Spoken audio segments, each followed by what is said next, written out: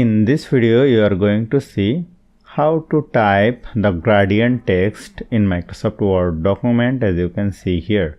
Let's get started. Let us go to Insert, go to Shape, pick a text box and drag it over here like this. Let me add some text over here. Select it, go to Home, make it center. Let us change the font to Arial Black and increase the font size and place it like this. If you want, you may remove the text box border. Go to Shape Format, go to Shape Outline, make it no outline. Now select the text, go to Shape Format, go to Text Fill, go to Gradient and click on More Gradient. And here you will see the text fill. Let us choose Gradient Fill.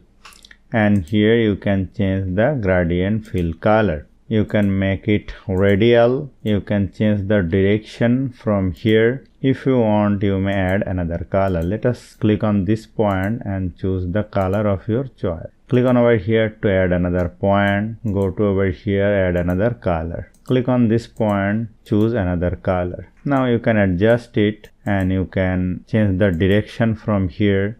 And you can make it linear to see it perfectly, and here you will see this is looking perfect. So hope you found this video helpful. If you like this video, please share this video with your friends and family and don't forget to subscribe. Thank you.